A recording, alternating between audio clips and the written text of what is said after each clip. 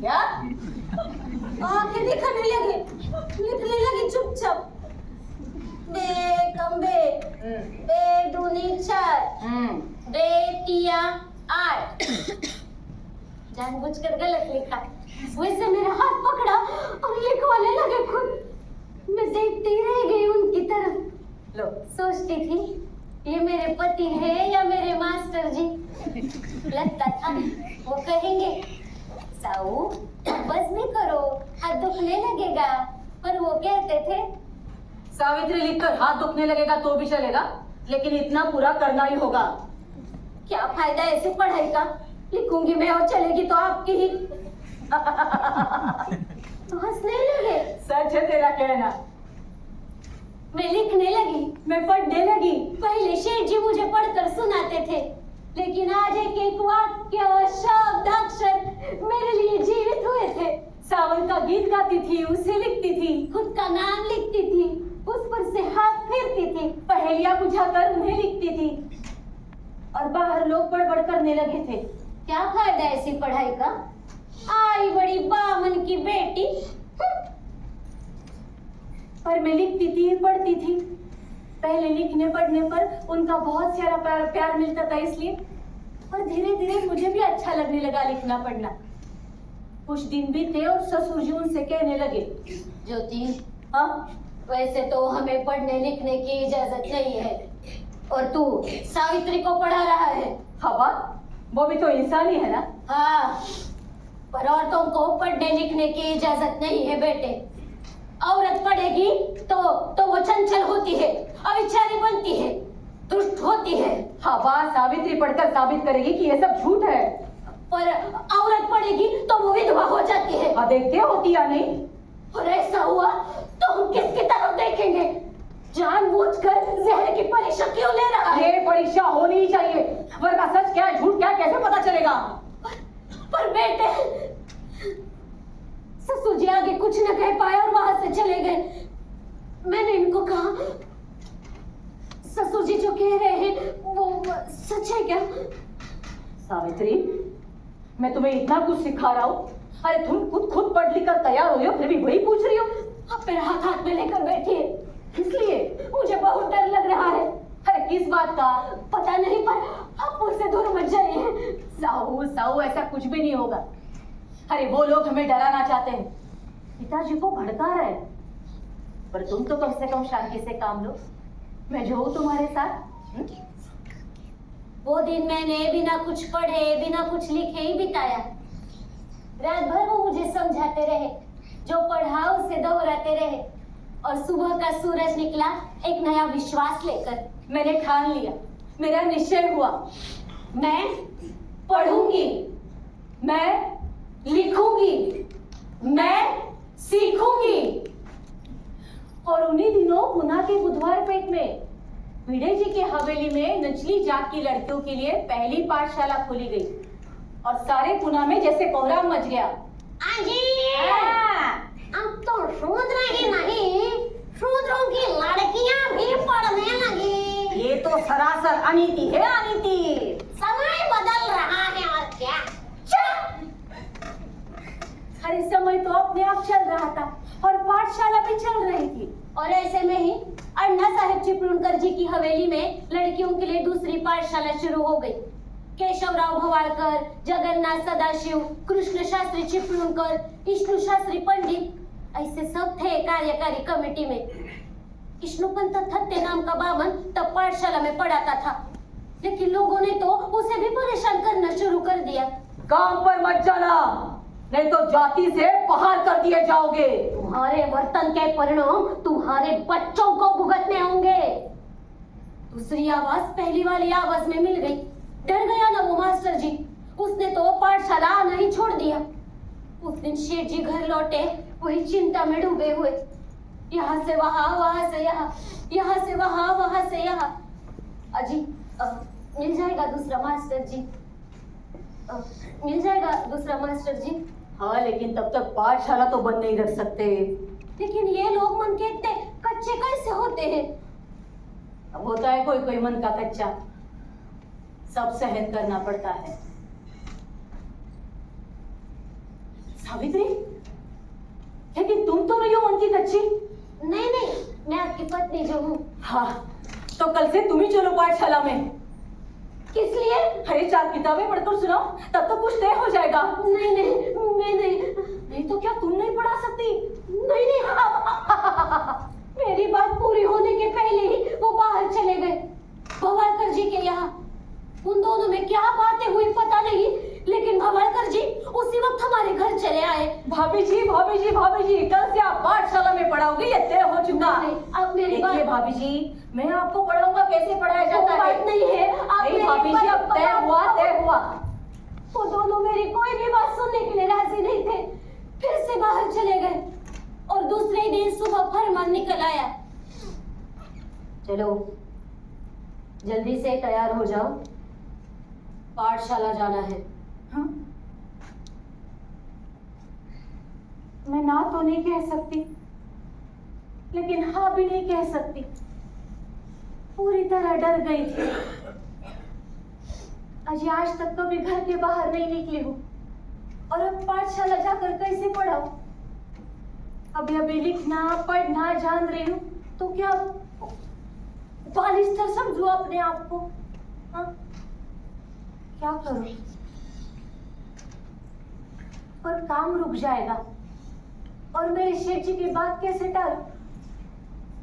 मन की तैयारी करनी होगी। हाँ, करनी होगी मन की तैयारी। मन की तैयारी की और धीट मन से घर के बाहर कदम रखा, लेकिन धीट मन धक धक करने लगा।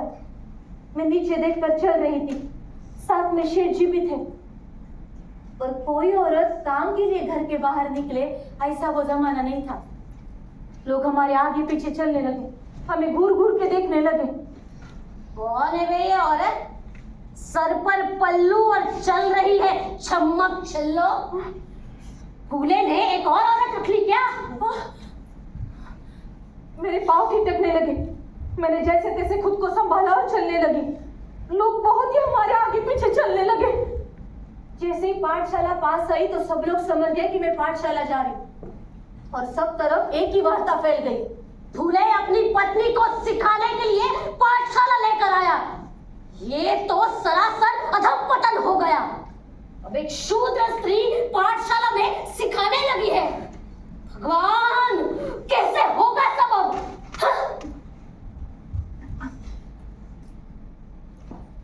और पाठशाला पहुंचते ही सामने 4-5 लड़कियां देखकर मेरी जान में जान आ गई। उनसे कहा, बच्चियों, पाठशाला में पढ़ाने का आज मेरा पहला ही दिन है।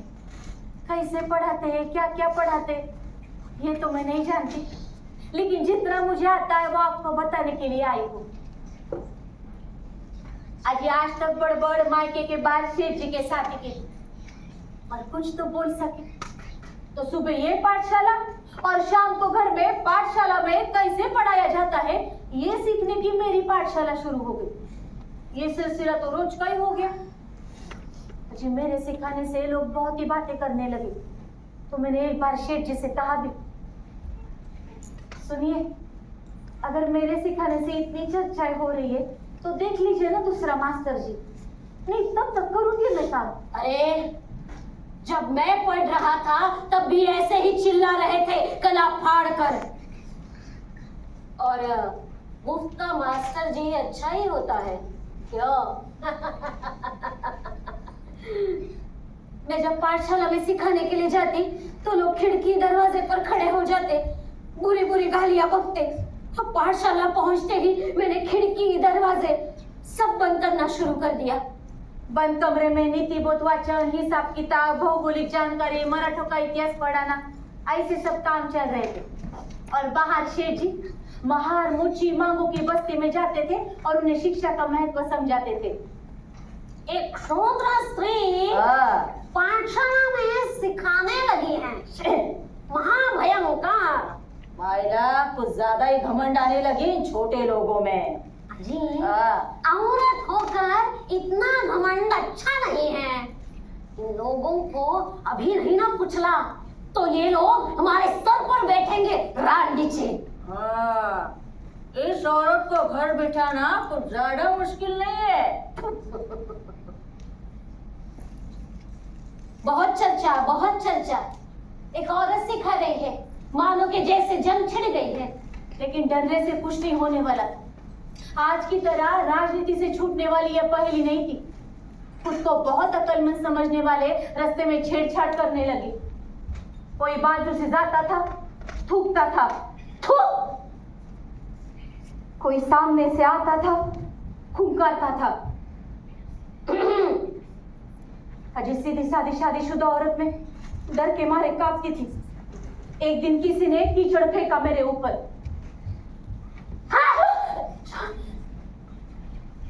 तो एक बार किसी ने सीधे पत्थर मारा मेरे सर पर।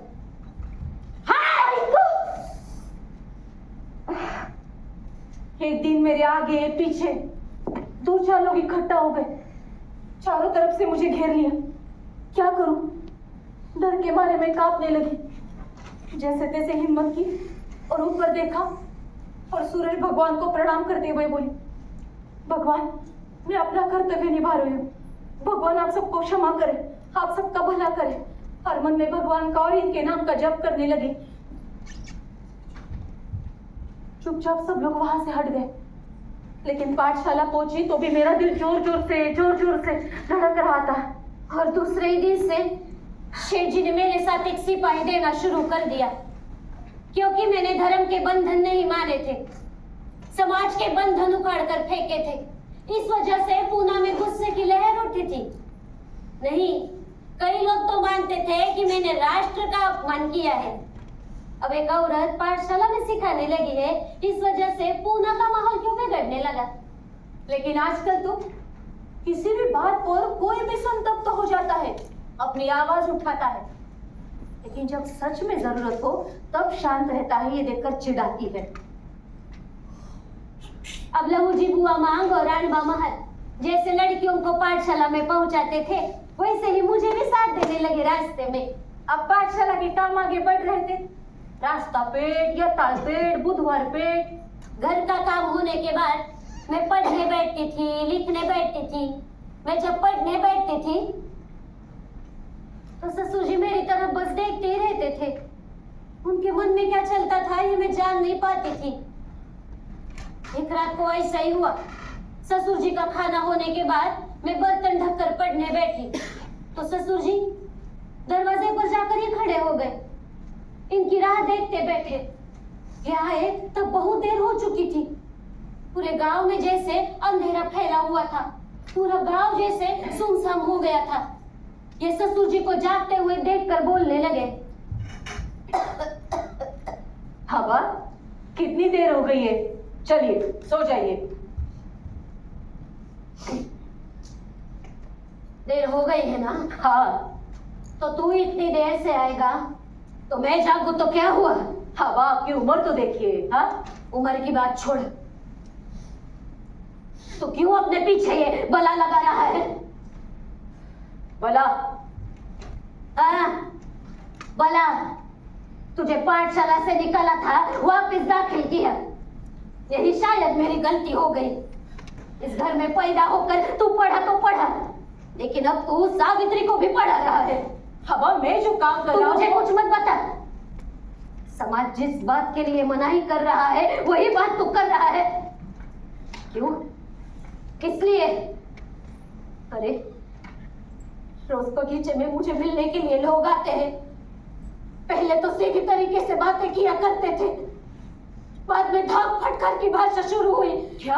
और अब तो मारामारी पर उतर आए हैं लोग। हवा, किसने क्या कहा बताइए। नहीं, क्या करना है तमाशा बढ़ाकर? कैसा तमाशा हवा? अरे मैं जो काम कर रहा हूँ इसी दो दुखियारे लोग जाग उठेंगे। जाग उठेंगे बाबा, जाग उठेंगे। लेकिन तूने मेरी बहू को चौखट के बाहर क्यों निकाला? क्या हुआ उससे? हाँ, सावित्री पढ़ेगी, औरों को पढ़ाएगी, तभी तो हम बाकी औरतों से कह सकते हैं चलो उठो, सीखो, अपना दिमाग चलाओ। क्यों चलाना है अपना दिमाग? भगवान की इच्छा समझकर जो है वैसे ही जीना क्यों नहीं मान लेते तुम लोग? खसर का बोझ बढ़ा रहे हो। अब मेरे लिए मेरा काम ही महत्वपूर्ण है। अगर हम सब इंसान हैं तो एक श्रेष्ठ और कनिष्ठ क्यों मानते हैं और औरत को कम दर्जा क्यों देते हैं? और मेरा काम ही मेरे लिए सब कुछ है। आबा, इसके आगे मैं कुछ नहीं सोच सकता। देख, ये काम काम की बात ना तू मुझे मत बता।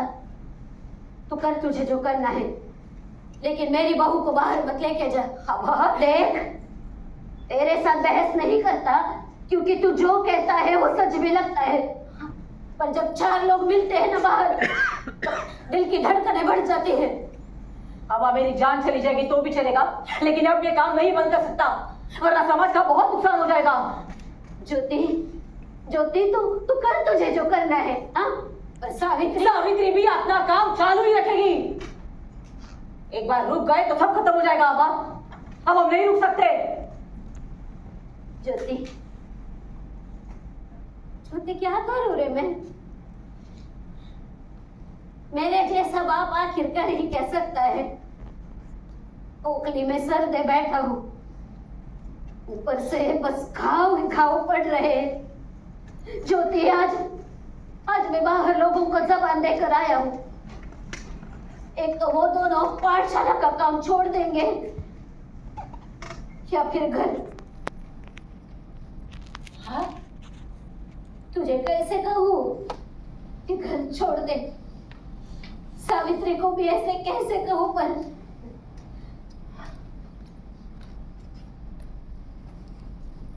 ससुर जी आगे कुछ बोल न सके, अंदर चले गए। मैं तो रोने ही लगी। ढका हुआ खाना वैसे ही पड़ा रहा, और मैं रात भर आमने सामने बैठे थे, बिल्कुल चुपचाप। आंखों से आंसू रुक नहीं रहे थे। जब मुर्गे ने बांग दी तब वो बोले, थोड़ी देर आराम कर लो, सुबह उठकर घर छोड़ना है। कैसी नींद? कहा कि नींद? सत्य असत्याशी मन केले ग्वाही, मानिले नाही बहुमता। सुबह होते ही मैंने 2-4 कपड़े लिए और ससुर जी के पैर छुए, और मैं तो रोने ही लगी।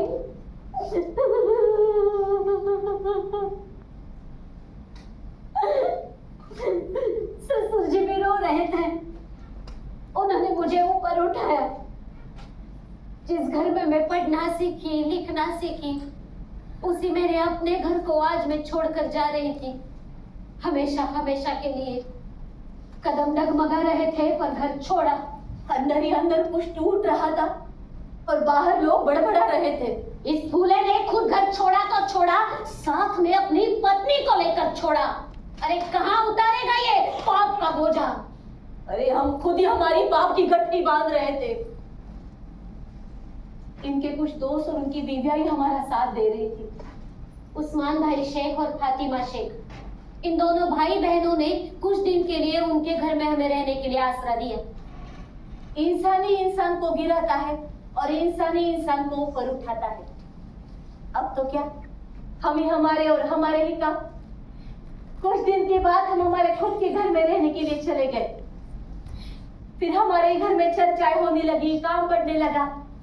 महार मोचे मांगो की बच्चियां भी पढ़ने लगी।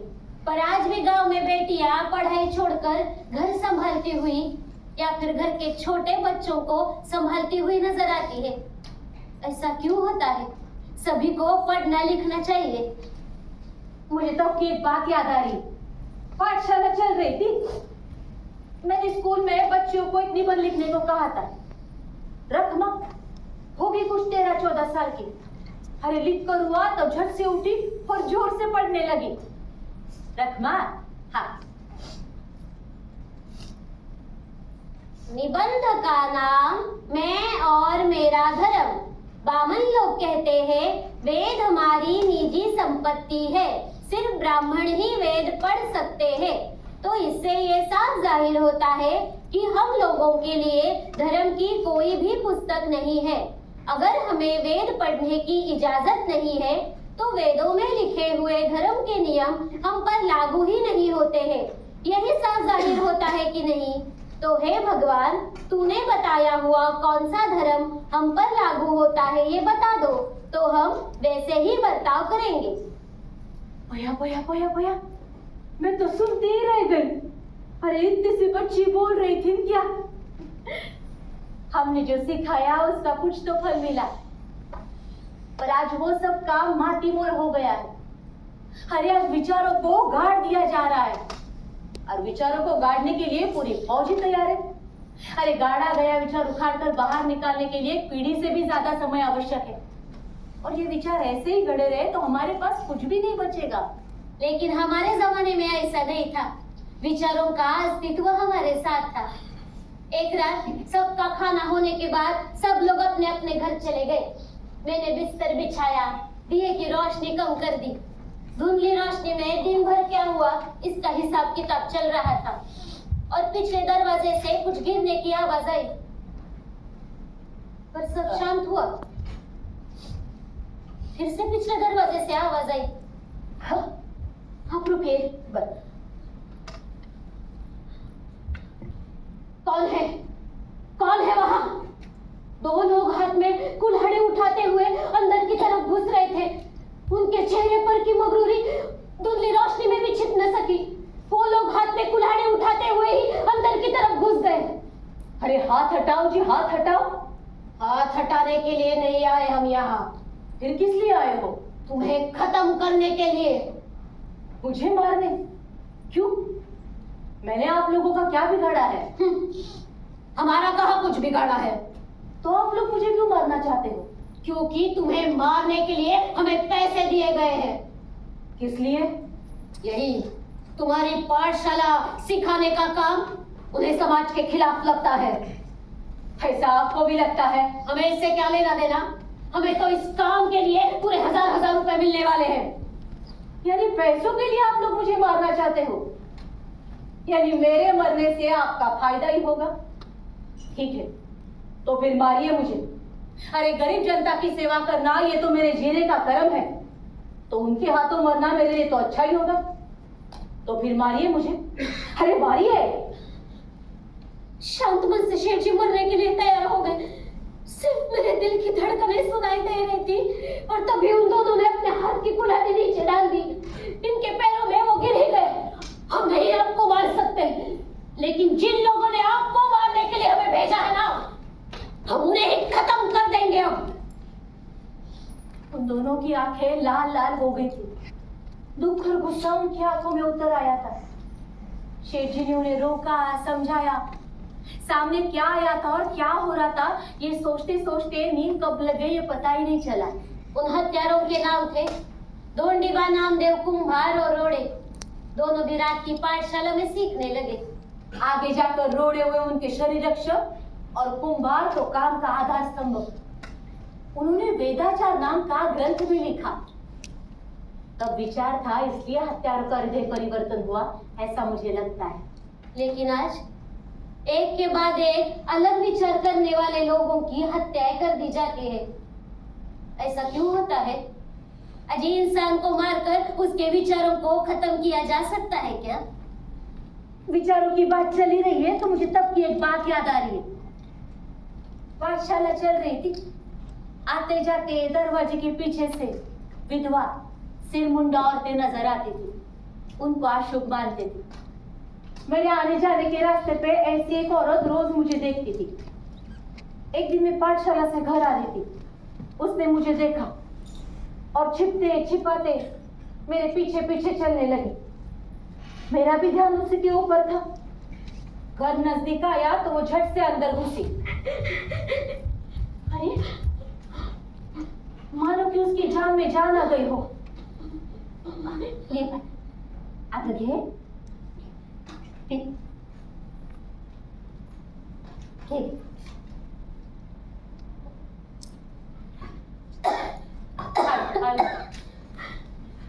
कौन भाई तू? कोई भी हो, रोज तुम्हें देखती हूँ, इसलिए सोचा तुमसे मिलूं, इसलिए आई हूँ। पर क्या हुआ? पेट से हूँ, क्या करूं, कहाँ जाऊं? कब चल बसा तेरा आदमी? 2 साल हो गए। ये पाप उन्हीं के भाई का है। उजागर माथे से कैसे जीऊं? मरना चाहती हूँ मैं। नहीं चाहिए मुझे ऐसी जिंदगी। कौन सा महीना चल रहा है? हाँ? छठवा, पर अभी भी जुल्म चालू ही है। जिस बीच में अकेले में खींच लेता है। तू पढ़ी लिखी है? कौन पढ़ाएगा मुझे? सास को कुछ बताने जाओ तो दोष तो विधवा के माथे ही लगेगा। टूटा फूटा नसीब मेरा। बच्चा दिन ब दिन बढ़ रहा है, शरीर भी बिना कुछ कहे जल रहा है। ये पेट लेकर मैं कैसे जीऊं, क्या करूं? औरत रोने लगी। मैं उसे समझा ही रही थी कि शेठ जी आए वहां। हम करेंगे तुम्हारे लिए कुछ ना कुछ। हाँ? उसे समझाया और वापस भेज दिया। क्यों जी, ये सब ऐसा ही होता होगा। हाँ, होता ही होगा। इतना ही कहा और शेठ जी बाहर चले गए अपने दोस्तों के यहाँ। वापस घर लौटे वही दुखी मन से। सावित्री, हाँ, आसान नहीं है ऐसी लड़कियों का जीना। क्यों जी, क्या हुआ? घर के मर्द ही उन्हें भोगते हैं, और अगर गलती से कोई गर्भवती हो जाए तो उसके बच्चे को जन्मते ही मार डालते हैं ये लोग। क्या? उस नन्ही सी जान को? हाँ, अपना पाप छुपाने के लिए नन्ही सी जान की हत्या कर देते हैं ये लोग। नहीं, कुछ मत बताइए। अरे बच्चा क्या किसी का पाप बनकर जन्म लेता है? वो तो जन्म लेता है चुपचाप। नन्हे नन्हे बच्चों की लाशों के ढेर मुझे आंखों के सामने नजर आ रहे थे। सावित्री, इन बच्चों की जजगी हम यहाँ करेंगे। अच्छा, कौन भेजेगा उन्हें हमारे यहाँ? कोई क्यों नहीं भेजेगा? अपना पाप छुपाने के लिए कोई कुछ कर रहा है, ये जब जान जाएंगे ना, तब पिछले दरवाजे से ही सही ये करना मान लेंगे ये लोग। और इस काम के लिए पैसा आ जाएगा रे। उसी की दुकान चल रही है, खेती हो रही है, और नया काम ढूंढ लेंगे। तुम भी तुम्हारा सिलाई का काम और बढ़ा दो। हाँ, और सुनिए। हाँ। और पाठशाला संभालने के लिए कार्यकारी समिति है, सब कर लेंगे अपना अपना काम। अब हमें नए काम के साथ जुड़ जाना चाहिए। और देखते देखते तय हो गया, बाल हत्या प्रतिबंधक गृह शुरू करेंगे। ऐसा आश्रम शुरू किया है ये सबके ध्यान में आए, इसलिए शेठ जी ने बड़े बड़े विज्ञापन छपवाए। ऊपर बड़े अक्षरों में लिखा, काला पानी टालने वाले उपाय। और आगे लिखा, जो औरत गलती से गर्भवती हो गई हो वो ज्योतिराव गोविंदराव फुले के घर आकर अपनी जजगी कर सकती है। उस औरत का नाम गुप्त रखा जाएगा भाई। ऐसे विज्ञापन जगह जगह लगाए थे। पुणे में तो लगाए थे, पर पंढरपुर, नासिक, वाई, काशी ऐसे तीर्थ क्षेत्रों में भी लगाए थे। हाँ, इन तीर्थ क्षेत्रों में ये लड़कियां अपनी जान देने जाती थी। बाल हत्या प्रतिबंधक गृह शुरू हुआ और मेरा सारा समय उन नन्हे नन्हे बच्चों में और उन लड़कियों में बीतता रहा। काम का बोझ बढ़ रहा था और ससुर जी की तबीयत ठीक नहीं है, ये बात हमें पता चली। ससुर जी की सेवा करना मुझे कभी बोझ नहीं लगा। उन्होंने इनका कहना माना और वो हमारे घर आने के लिए राजी हो गए। ससुर जी को मिलने के लिए दादा यानी कि मेरे पिताजी आए हुए थे। ससुर जी, दादा सब बड़े बूढ़े घर में। मैंने सबके लिए बहुत अच्छा खाना बनाया। दादा मेरे हाथ का खाना खाकर बाहर इनके साथ बरामदे में बातें करते बैठे। जमाई बापू, क्या कहते हैं डॉक्टर साहब? डॉक्टर क्या कहेंगे, दवाइयाँ चल रही है। हाँ, मेरा कहना मानोगे आप? कहिए। देखिए, मरने से पहले वो पोते का मुंह देख लेते तो अच्छा होता। अच्छा, फिर? नहीं, मुझे लगता है आपको आपके पिताजी की अंतिम इच्छा का मान रखना चाहिए। हो जाएगा बच्चा। हाजी, कब होगा? आज तक नहीं हुआ, आज के बाद कब होगा? हमारे नसीब में नहीं हुआ तो नहीं होगा बच्चा। हाजी, कैसा नसीब? हाँ, वंश वृद्धि के लिए बच्चा होना जरूरी है। कैसी वंश वृद्धि? बाल हत्या प्रतिबंधक गृह के बच्चे मेरे और सावित्री के ही हैं। ऐसा कहकर तुम्हारे हो जाते वो बच्चे? हाँ, हो जाते हैं। नहीं तो क्या किया जाए?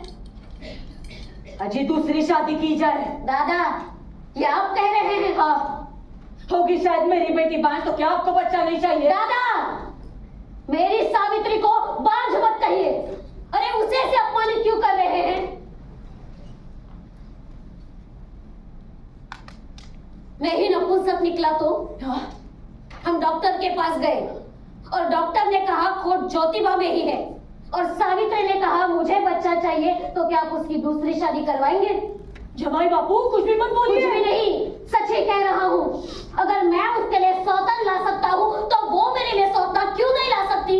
नहीं, देखिए उसकी माँ का मैंने उसकी माँ की राय आपसे नहीं पूछी है, तो खामखा बताइए मत। बच्चा होने के लिए मैं और सावित्री साथ में नहीं रहते, ये बात आप जान लीजिए। मैंने उसके साथ शादी की है, हम दोनों ने एक दूसरे को अपनाया है। इसके आगे मैं और कुछ नहीं कहना चाहता। अब आप आ सकते हैं। हाँ? दादा गुस्से में बाहर चले गए। अंदर ससुर जी भी अस्वस्थ हो गए। मैं उनके पास दौड़ी तो वो बोलने लगे, सावित्री, ज्योति को बच्चा होना चाहिए रे।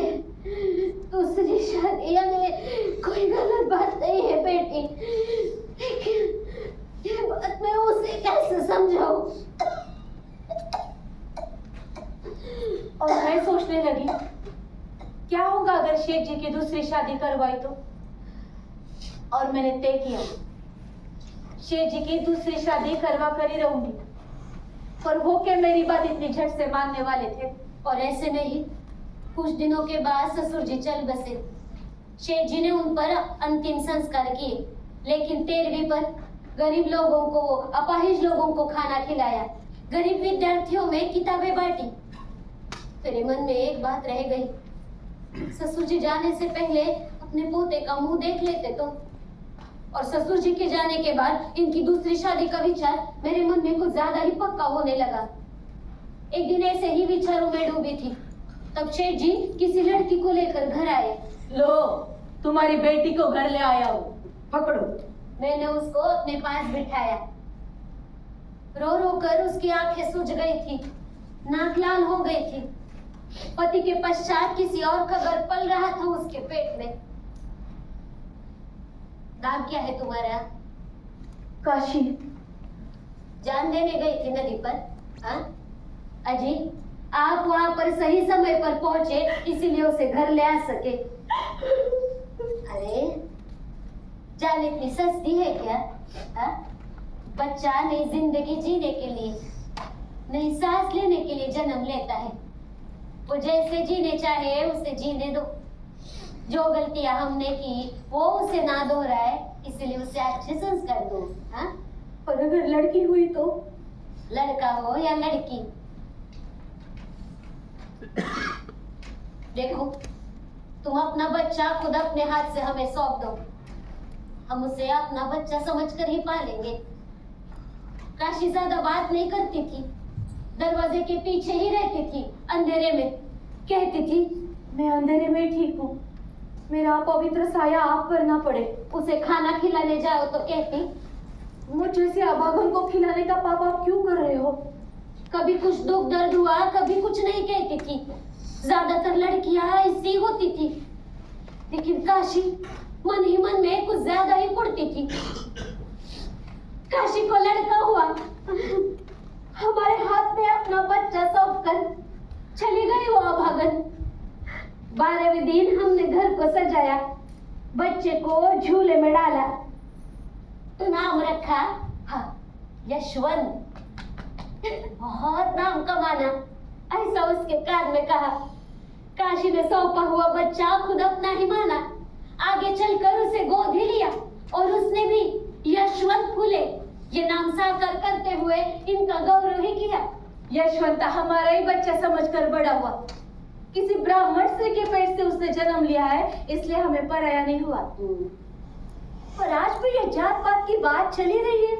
या फिर ये जात पात का बखेड़ा आजकल कुछ ज्यादा ही बढ़ रहा है? अरे जो विचार अपनाकर हम जिए, आगे बढ़े, क्या वो सब खत्म हो गए? अजी, आजकल तो लोग ये गोद लेने का मामला स्वीकार करने लगे हैं, लेकिन जन्मे हुए उस मासूम बच्चे को जात पात का नाम क्यों देते हो? कोई कहता है ज्योतिबा ने लड़कियों के लिए पहली पाठशाला खोली, भारत में पहला बाल हत्या प्रतिबंध गृह शुरू किया, सावित्रीबाई पहली स्त्री शिक्षिका। होगा वैसा ही होगा, लेकिन उतना ही कहकर चुप क्यों हो जाते हो? तब हमने हमारे खर्चे से आश्रम शुरू किया था। आगे जाकर वैसा ही आश्रम पंढरपुर में शुरू हुआ तो शेठ जी ने यहाँ का काम रोक दिया। शेठ जी कहा करते थे, एक काम अगर दूसरा संभालने लगे तो हम नए काम के साथ जुड़ सकते हैं। वो काम मैंने शुरू किया, इसलिए वहाँ मेरे नाम की कुर्सी होनी चाहिए। ऐसा हमारा धर्म नहीं था। पर हमने शुरू किए हुए सारे काम आज कौन आगे लेकर जा रहा है? हा? अरे कौन जा रहा है आगे लेकर? देखिए, सोचिए जरा ठंडे दिमाग से। हमारे घर का पानी का हौद हमने सबके लिए खुला कर दिया। इस बात की आजकल बड़ी चर्चा हो रही है। उस समय पेशवे ने पूना में पीने के पानी के लिए हौद बनवाए तो थे, लेकिन उस पानी को महार, मोची, मांगों को छूने की भी इजाजत नहीं थी। और ऐसे में गर्मी जान निकलती थी। ऐसी दोपहर की कड़ी धूप में 2-4 माँ बहनें अपने बच्चों को लेकर पानी के लिए यहाँ वहाँ भटक रही थी, पानी की भीख मांग रही थी। पानी दो माए पानी, पानी दो माए पानी। और उनकी परछाई किसी खानदानी औरत पर पड़ी और गजब हुआ ना। अरे परछाई से भी छुआछूत होने का जमाना था वो। ये माँ बहनें पानी के लिए तड़प रही थी और अंदर से चप्पल फेंकी गई। चलो हटो यहाँ से। अरे क्या तमाशा बना के रखा है? बड़े आए पानी मांगने वाले, अरे अपनी परछाई कहाँ पड़ रही है भी नहीं देख सकते? हट। पापा 8 दिन हो गए, पानी की एक बूंद तक नसीब नहीं हुई। पानी पिलाओ और चाहे जितना मारो, मेरे बच्चे की जान जा रही है पानी के बगैर।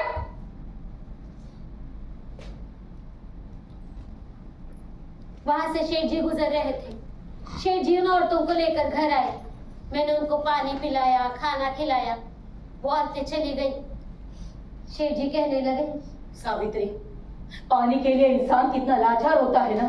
हाँ जी, हमारे घर में पानी है, इसलिए ये बात हमारे ध्यान में नहीं आती। हाँ, लेकिन लोगों को पानी के लिए मोहताज करने वाले इंसान नहीं है। अरे निसर्ग ने दिया हुआ पानी नकारने वाले ये कौन है महाभाग? हमें लोगों के लिए पानी की कुछ तो व्यवस्था करनी चाहिए। हाँ, हमारे खुद के घर में पानी का हौद है और हम ये क्या चर्चाएं कर रहे हैं। ये विचार हमारे मन में आया और हमारे घर का पानी का हौद सबके लिए खुला कर दिया। कुछ साल बाद सरकार ने हमारे घर का स्मारक कर दिया।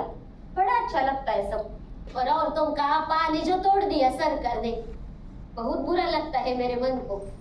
अब लोग पीछे पड़े हैं कि हमें हमारे समाज की स्थापना करनी चाहिए। अब हमारे मन ने ठान लिया तो वो विचार कृति में आकर ही रहेगा। चर्चाएं शुरू हुई, विचार पक्का ही हुआ और 24 सितंबर 1873 को सत्यशोधक समाज की स्थापना हो भी गई। समाज का कहना एक ही था, हम सब एक ही ईश्वर की संतान है, तो उस ईश्वर की भक्ति करने के लिए ये बीच में दलाल क्यों चाहिए? इंसान जात से नहीं तो गुणों से श्रेष्ठ ठहराया जाता है। समाज ने सत्य का शोध ही नहीं तो उसके जड़ों तक जाने का फैसला किया। शेठ जी ईश्वर को निर्माण करने वाला यानी कि निर्मिक कहते थे। उस निर्मिक का पितृत्व और मनुष्य का बंधुत्व हमने मन से पक्का ही मान लिया था। इसलिए किसी भी जात बिरादरी के इंसान को सत्यशोधक समाज में आने की मनाही नहीं थी।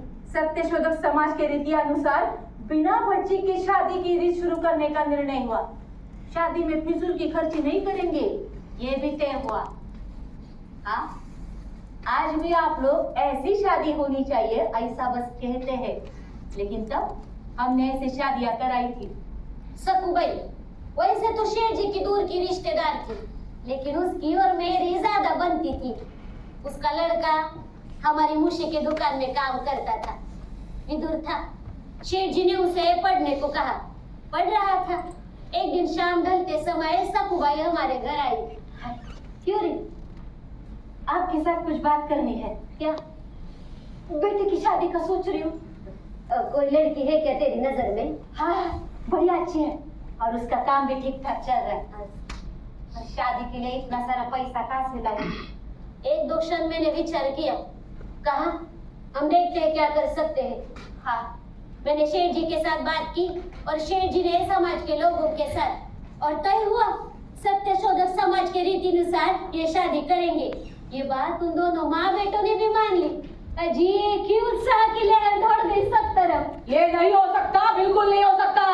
विरुद्धावाज उठने लगे। अरे ईश्वर को, ब्राह्मणों को साक्षी न मानते हुए शादी हो गई तो कितना अशुभ होगा ये, कितना अमंगल होगा ये। हाँ, धर्म मिटाने चले हैं ये कुलपटनी लोग। ये शादी नहीं मानी जा सकती।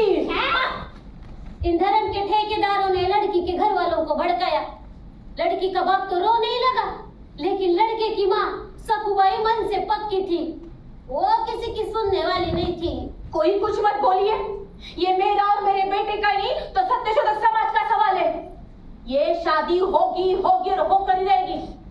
कौन माई का लाल बीच में आता है, देखती हूँ ना मैं। उसकी तो आवाजें घूमने लगी, सब तरफ बहुत भागा दौड़ी हुई, छिपा छिपी भी हो गई।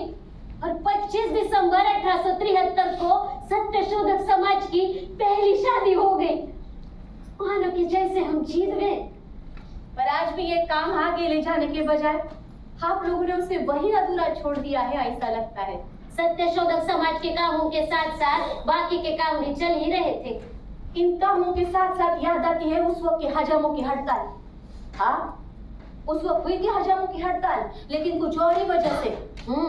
आश्रम खोला था, फिर भी विधवा जवान औरतों का सर मुंडवाना बंद नहीं हुआ था। इन औरतों का सर मुंडवाना बंद करेंगे भी कैसे? लोखंडे जी ने तो बहुत काम किया, हड़ताल उन्होंने ही करवाई, लेकिन ये सब हजाम क्या एक ही कंपनी में काम करते थे। सभा लेना कोई आसान बात नहीं थी। मैंने भी कुछ हजामों से बातें की थी। देखिए, आप लोगों को औरतों के सर मुंडवाना बंद करना ही होगा। अगर काम बंद किया तो खाना कौन देगा? तू? हाँ, मैं दूंगी। अब किस को खिलाओगी? जो होगा वो सब मिल बांट कर खाएंगे, लेकिन आप लोगों को औरतों के सर मुंडवाना बंद करना ही होगा। अरे मैंने नहीं किया तो ये करेगा, इसने नहीं किया तो कोई और करेगा। इसलिए सभी हजामों को एक साथ वस्त्र नीचे डालना होगा। सिर्फ पूना और मुंबई के हजामों को ही नहीं, तो गांव-गांव के हजामों को भी। अरे जिन औरतों को तुम मुंडी करते हो, उनको लगता है क्या उनके सर मुंडवाए जाए? अरे समाज को जो लगता है वो उसको करना पड़ता है। समाज की रीति हो वैसे। कौन से समाज की? किस समाज ने बनाए हैं रीति रिवाज? कहाँ लिखा है शास्त्रों में? क्या हो भाइयों, अपनी बहनों के सर मुंडवाओ। विधवा अगर मर जाए तो उसको जलाने से पहले मुंडी करो, ऐसा कहा के शास्त्रों में लिखा है। अरे पढ़ने वाले कहते हैं ऐसा ही लिखा है। अरे तुम लोग पढ़ो लिखो। हाँ, तुमको पढ़ना लिखना नहीं आता तो कोई कुछ भी कहेगा तो वो सच मान लोगे क्या? जिन औरतों को तुम मुंडी करते हो, उनके बाप, भाई, ससुर खुद अपने हाथों से उनके सर मुंडवाएंगे। मुंडवाएंगे क्या उनके सर? कुछ समझ में नहीं आ रहा है। मतलब तू बोल रही वो ठीक भी लग रहा है, पर हाथ थर-थर कांप रहे। हाँ, और पुनः मुंबई नहीं तो जुन्नर, वाई, गमथड़ी से हजारों हजाम इकट्ठा हुए थे मुंबई में सभा के लिए। सबने अपने हाथ का वस्त्र नीचे रख दिया, खुद के पेट की परवाह नहीं की। क्यों? क्योंकि मेरे माँ बहनों की विटंबना रोकनी चाहिए, जो नहीं थी उनके जात पात की, धर्म की। पर विचारों के स्तर पर सब इकट्ठा आए थे। दोगा कृष्णा जी नाम का बूढ़ा हजाम तब सभा का अध्यक्ष था और विचार पसंद आए, इसलिए बाबाजी मोरे नाम के हजाम ने खुद का निबंध पढ़ा पूरे सभा के सामने। अपनी माँ बहनों के सर हम नहीं मुंडवाएंगे, ये बात तो तय हुई ही, लेकिन हम उनके घर वालों के भी सर नहीं मुंडवाएंगे, ये बात भी तय हो चुकी। ये थी जात पात, स्त्री पुरुष संबंधों को पार करके समाज को दी हुई आवाज। जाग जाओ जी, जाग जाओ। आज भी कोई पुरुष औरत के बारे में सोचना पड़े तो हिचकिचाता है, लेकिन तब ये सब हजाम नहीं हिचकिचाए। खुद का पेट भूखा रखकर औरत का हक मांगने वाला आज है क्या कोई पुरुष? अरे जाग गए समझने वाले शूद्र अति शूद्र भी औरत के बारे में नहीं सोचते। जो तब सोचा गया था। कोई कुछ सीखता क्यों नहीं इससे? सीखना चाहिए सबने, हमेशा आंखें खुली रखकर। हाँ, मैं तो बहुत कुछ सीखी सेठ जी के साथ रहकर। और एक तरफ यशवंता की पढ़ाई भी चल रही थी, लेकिन एक दिन वो पाठशाला से घर लौटा, वही रोते रोते। अरे भाई, मैं उसे शांत कराने लगी तो बोलने लगा, पाठशाला में और रास्ते में बच्चे मुझे चिढ़ाते हैं। ब्राह्मण का बच्चा माली ने भगाया कहते हैं। आज नहीं तो कल ये होगा, ये हमको पता ही था। यशवंता कहकर मैंने उसे और पास ले लिया। आई, हाँ, मैं तुम्हारा और तात्या का ही बेटा हूँ ना? तुम्हें क्या लगता है? तुम्हारा अपना ही हूँ ऐसा लगता है। अरे वही तो है। पर वो बच्चे क्यों चिढ़ाते हैं? कहते हैं तू विधवा ब्राह्मण स्त्री का लड़का है। अब कैसे समझाओ इस मासूम को? मन में हलचल होने लगी। उससे कहा, यशवंता देख, तेरे तात्या, मैं और सत्यशोधक समाज के हम। पहले मैं किसका हूँ ये बता। तू मेरा ही है, जन्म से मिली जात पात न मानने वाले माँ बाप का। अरे 9 महीने मैंने तुझे पेट में नहीं पाला तो क्या तू मेरा नहीं है? अरे 9 महीने पेट में पालकर जन्म दिया, यही जीने का सार्थक है। मानने वालों का जमाना बदलना ही चाहिए। तुझे प्यार से पाल पोस कर बड़ा करने वाले तेरे माँ बाप, यहाँ तेरे तात्या सारे दिन दुखियारों के बाप बने, मुझे माँ बनाते हैं। मुझे नहीं पता मैं किस किस की माँ, पर मन में ममता लेकर काम करती हूँ, यही सच है। यशवंता, सच कहती हूँ, सच के सिवा हमने कभी कुछ नहीं कहा। तेरी जन्मदात्री को हमने घर में लिया, उसके माँ बाप बनकर, और तेरे भी माँ बाप हम ही हैं। मुझे नहीं पता हम तुझे माँ बाप होने के नाते क्या देंगे, पर शेठ जी ने जिन कामों को जन्म दिया है, आगे जाकर तुझे उसका बाप बनना है। धाड़ धाड़ बोलकर मैं चुप हो गई। शेठ जी कब आए ये पता ही नहीं चला, और उनकी यशवंता ये पुकार सुनकर आई, तात्या आ गए। और वो दौड़कर उनके पास चला गया। उस दिन के बाद यशवंता कभी मायूस नहीं हुआ। अपने जन्म को लेकर कोई भी सवाल उसके मन में नहीं आया। आजकल शेठ जी की भागा दौड़ी कुछ ज्यादा ही बढ़ गई। हाजी, उम्र के हिसाब से भाग दौड़ थोड़ा आप कम कीजिए। मैं यूं ही पत्नी के नाते कहती।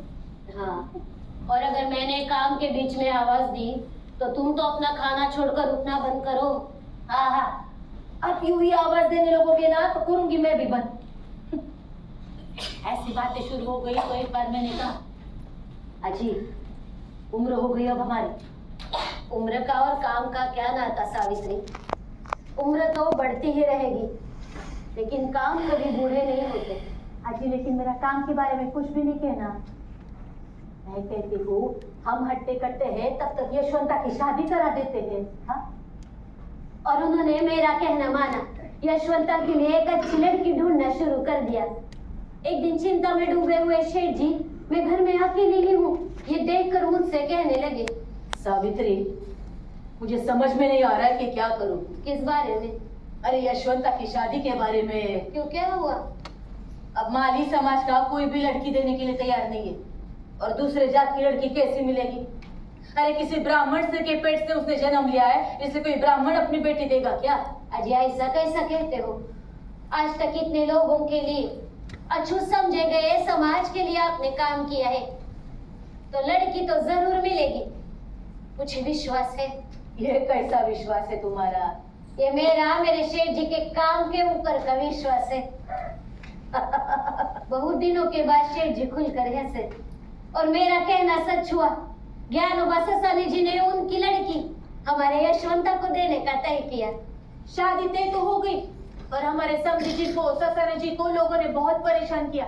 शेठ जी के चचेरे भाई बंधु उनके घर गए। बम्मन औरत के लड़के से अपनी लड़की न ब्याना। ये शादी हो गई तो ससानी जी का जीना मुश्किल हो जाएगा। बहुत सहन करना पड़ा हमारे समधी को, लेकिन शादी हो गई। सत्यशोधक समाज के रीति अनुसार शादी करके राधा घर भी आ गई। तुरंत ही उसकी पाठशाला भी शुरू हो गई। शेठ जी राधा को बहुत प्यार करते थे। राधा को देखकर मुझे मेरे शुरू शुरू के दिन याद आते थे। मेरा हंसना, खेलना, कूदना याद आता था। यशवंता और राधा की बातें जब कानों पर पड़ती ना, तब बड़ी हंसी आती थी। राधा को देखकर मुझे तुम घर आई, तब के दिन याद आते हैं। शेठ जी की बातों से मैं चौंक ही गई। सावित्री, कहाँ तक रास्ता तय किया हमने एक दूसरे के साथ? अब रास्ता एक है तो साथ तो चलना ही चाहिए ना। हाँ, पर मैंने हमेशा का रास्ता छोड़ दिया और तुमने भी वो बात मानी। तो उसमें विशेष क्या हुआ? अरे विशेष की बात नहीं है सावित्री, पर सब याद आ रहा है। और समाज ने दिया हुआ नहीं स्वीकारा तो कुछ भी नहीं बिगड़ा, ये भी समझ में आता है। हाँ, ये सब मैं आपके साथ जी सकी, इसीलिए तो सीख पाई। लेकिन सीखने की इच्छा और तैयारी भी तो चाहिए मन की। आज अपनी पत्नी के लिए आपके पास बहुत समय है, ऐसा लग रहा है। सावित्री, तुम नहीं होती मेरे साथ तो ये रास्ता मैं इतनी आसानी से नहीं चल सकता था। अजी, अब मेरे मन को जो लगा सो मैंने किया, उसमें विशेष क्या हुआ? जाने, तुम हो इसलिए मैं हो, और आप है इसलिए मैं। इसी को तो साथ जीना कहते हैं ना। हम बातें कर रहे थे और तभी वहां राधा आ गई। मुझे पढ़कर कुछ भी समझ में नहीं आ रहा है माँ। अब दोनों भी यहाँ, किसको पूछूं भला? वो उलझन में पड़ गई। हंसकर कहा, अरे जाकर पूछ यशवंता को। और शर्मा कर वो भाग भी गई। अब कैसे? दुनिया नहीं मारेगी ऐसे रास्ते पर हमारी जिंदगी अच्छी तरह चल रही थी। एक दिन सत्यशोधक समाज की बैठक हो गई। सब लोग अपने अपने घर चले गए। डॉक्टर घोले और ससा ने शेठ जी के साथ बात कर रहे थे और शेठ जी को पक्षाघात का झटका आया। उनकी दाहिनी बाजू लूली पड़ गई। मैं घबरा गई, यशवंत और राधा भी डर गए। डॉक्टर घोले ने तुरंत इलाज शुरू कर दिया। रात को शेठ जी की आंख लग गई, लेकिन मुझे नींद नहीं आ रही। डॉक्टर घोले और ससा ने कह रहे थे उनकी दवाइयाँ चालू है, चिंता की कोई बात नहीं है, सब ठीक हो जाएगा, आप सो जाइए ना। पर कैसे सो जाऊं? मेरे हट्टे कट्टे शेठ जी की ये हालत, कैसे लगेगा उनका मन? अब तक जो लिखना शुरू किया है वो कैसा पूरा करेंगे? और काम के बगैर शेठ जी जिएंगे भी कैसे? उनको ऐसी हालत में जीना ना पड़े, इसलिए मैं उस भगवान को, निर्मिक को पुकार रही थी। निर्मिका, इनका ख्याल रखना। उनकी दवाइयाँ ठीक तरह से चालू थी। थोड़े दिन बीते और उनका दायां हाथ नहीं चलता है देखकर उन्होंने बाएं हाथ से लिखने शुरू कर दिया। अजी, मैं क्या कहती हूँ? मैं लिखती हूँ, आप मुझे बताइए। हाँ, तुम्हें क्या तुम्हारे काम नहीं है क्या? तुम तुम्हारे काम शुरू रखो, अपना लिखना मैं खुद लिखूंगा। और उन्होंने उसी अवस्था में अपने बाएं हाथ से आधी छूटी किताब सार्वजनिक सत्य धर्म ये लिखकर पूरी की। स्त्री की महानता स्पष्ट करने वाली ये किताब मेरे जाने के पहले पूरी होनी ही चाहिए, ये एक ही ध्येय उनके मन में था। थोड़े दिन बीते और शेठ जी मुझे अचानक ही कहने लगे, सावित्री, आज तक जो कमाया वो काम नहीं लगा दिया। आजकल मेरे पीछे तुम लोगों की चिंता लगी रहती है मुझे। और मन में धस हो गया, देखा जाएगा कल का कल। नहीं, मृत्यु पत्र करना ही होगा। पर सावित्री, अरे आज तक हमने सत्य का सामना किया है। मृत्यु या अंतिम सत्य हम नहीं नकार सकते। हाँ, पर मृत्यु की कल्पना से मेरा जी घबराने लगा। देखो, कुछ ज्यादा पैसा नहीं रहेगा पीछे, पर ये घर, ये काम आगे चलते रहना चाहिए। और मेरे सगे संबंधी रिश्तेदार यशवंता को शांति से जीने नहीं देंगे। हाँ, तो मृत्यु पत्र करना ही होगा। सुनो, व्यवहार के नाते स्वीकारना होगा। अपनी भावनाओं को बीच में मत लाओ। मृत्यु पत्र तैयार हुआ, उस पर हस्ताक्षर होकर वो सील बंद भी हुआ। हम दोनों की मृत्यु के पश्चात हमारा बेटा यशवंत हमारी पूरी मालमत्ता का एकमेव अधिकारी है।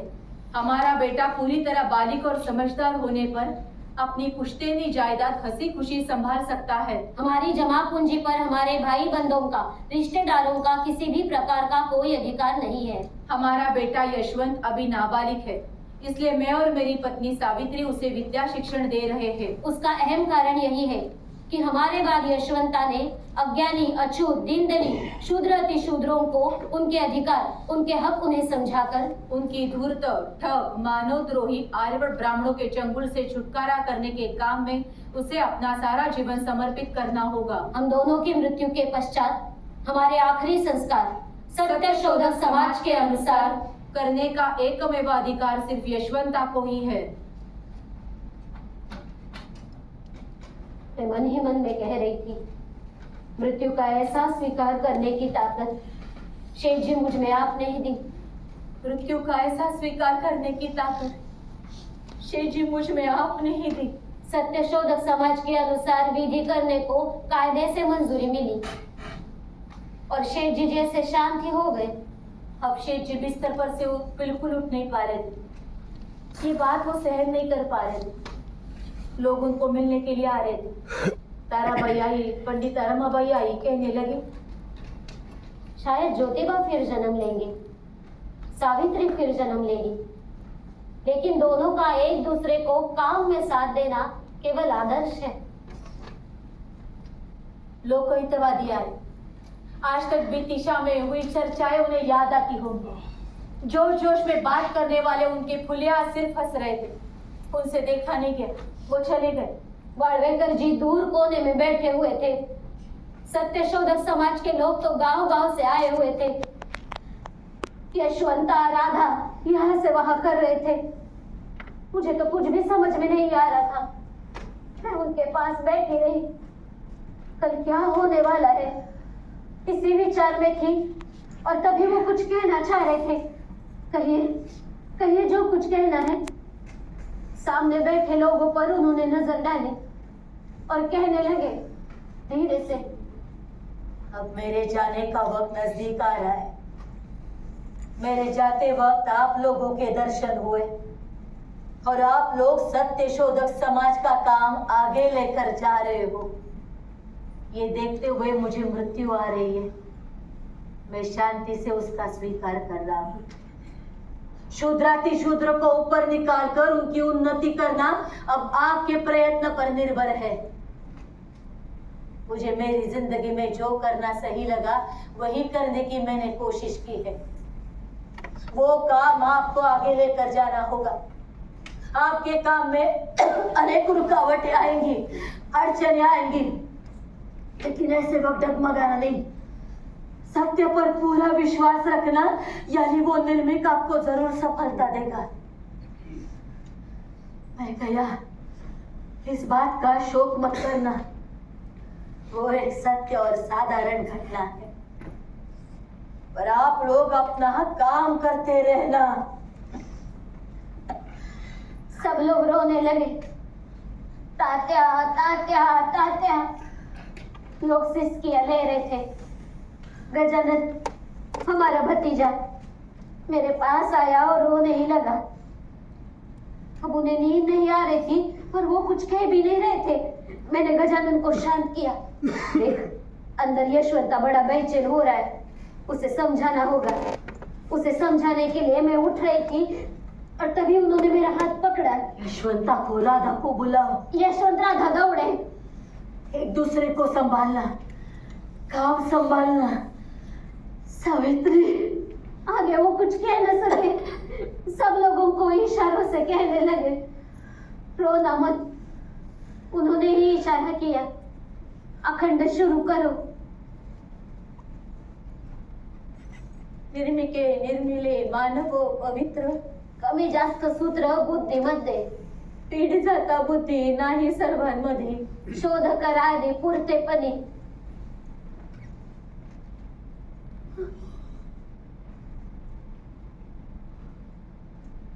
अखंड शुरू था और यहाँ उनकी यात्रा रुक गई। सब तरफ एक ही शोर मच गया।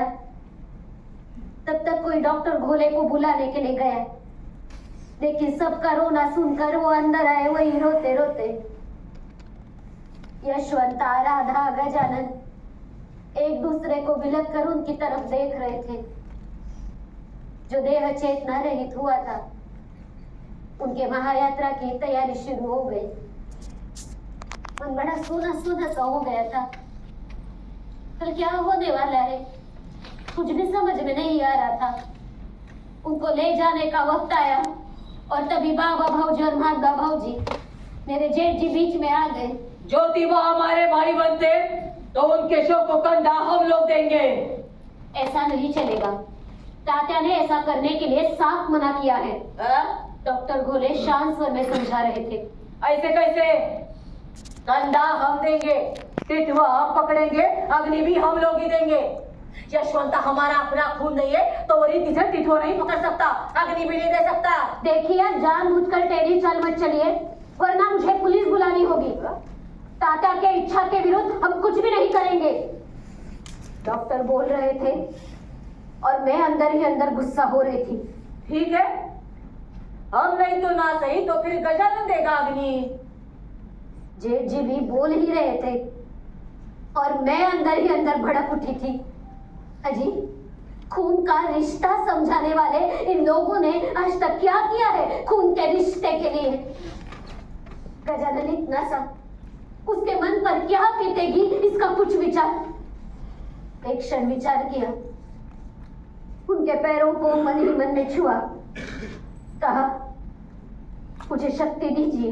हमारे कुल के आदमी के शव को हम किसी को भी हाथ नहीं लगाने देंगे। हाँ, रुक जाओ, अब मुझे मत सिखाओ तुम्हारे रीति रिवाज। इतना ही कहा और झट से उनके पास आ गई, उनके पैर छुए और आगे होकर टिटवा उठा लिया। यशवंत, राधा, गजानन दौड़कर मेरे पास आए, मेरे साथ चलने लगे। जय सत्य, आदि सत्य, जय सत्य, आदि सत्य, जय सत्य, आदि सत्य। उनको हमेशा के लिए पहुंचाने में निकली थी। कदम आगे बढ़ रहे थे और मन ही मन में मैं उनके साथ बात कर रही थी। शेठ जी आप जा रहे हैं। आपके साथ मैंने जिंदगी बिताई, इसलिए आपको आखिरी बार छोड़ने का सौभाग्य मुझे मिला। ये ना कांपने वाले हाथ आपकी वजह से मजबूत हुए हैं। ये हाथ हाथ में लेकर रात रात समझाया आपने अपनी साउ को। अब इन हाथों को मजबूत होना होगा, होना ही होगा। शेठ जी, आज भी आप दरवाजे के पीछे से नजर आए हुए स्वांग याद आ रहे हो। और आज इन हारों का, फूलों का पूरी तरह बदल गया है। अब मेरे शेठ जी मुझसे बिछड़ जाएंगे हमेशा के लिए। शेठ जी, शेठ जी, शेठ जी।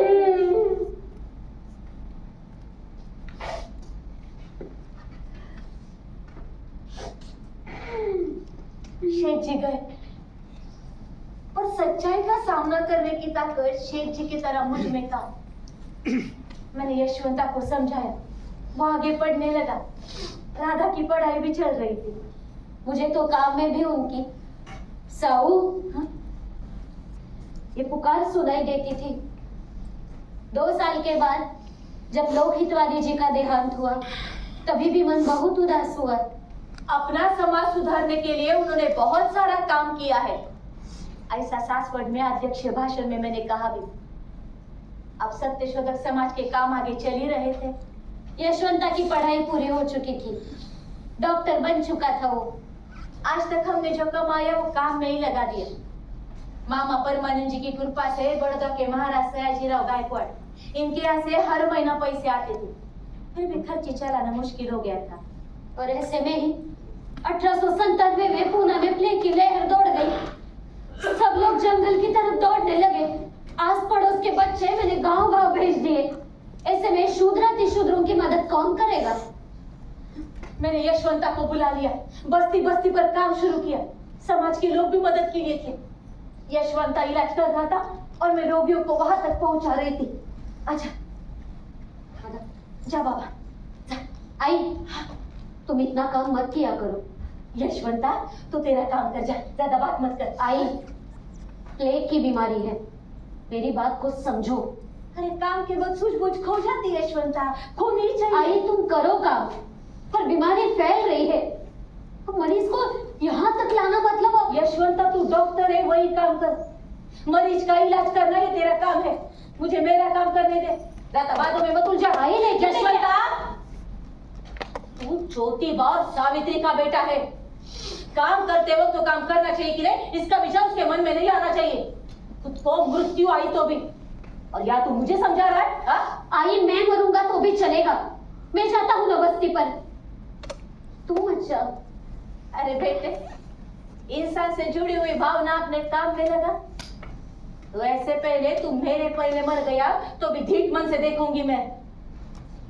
इतना ही कहा और बस्ती की तरफ भागी। यशवंता की आंखें भर आई होगी, ऐसा विचार बस मन में आया ही था तो एक 2 साल का बच्चा तड़पते हुए दिखा। झट से उठाया उसे और वापस निकली। और उस नन्ही सी जान की जिंदगी और मौत के बीच की लड़ाई देखकर उसे दूर कैसे रखती। छाती से लगाया उसे, सोचा कम से कम मरते वक्त उसको माँ की गोद मिले।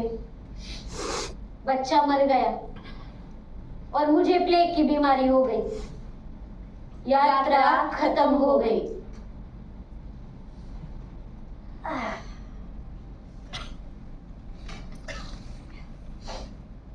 काम करते वक्त मुझे मौत आई, ये तो मेरा सौभाग्य ही था। लेकिन ये सारी बातें मैंने आपसे क्यों की? इन लड़कियों के माध्यम से आपको मिलने क्यों आई? देह से गए हुए लोगों का भूतकाल इतिहास होता है। अरे देह से गए हुए लोगों का भूतकाल इतिहास होता है। उन्होंने किया हुआ काम इंसान को विश्वास देता है। उन्होंने किया हुआ काम इंसान को विश्वास देता है। विचार इंसान को नई जिंदगी देता है। विचार इंसान को नई जिंदगी देता है। यही बार बार कहना है, यही बार बार कहना है, पर बार बार वही दोहराऊं। आप नहीं कुछ सीखेंगे।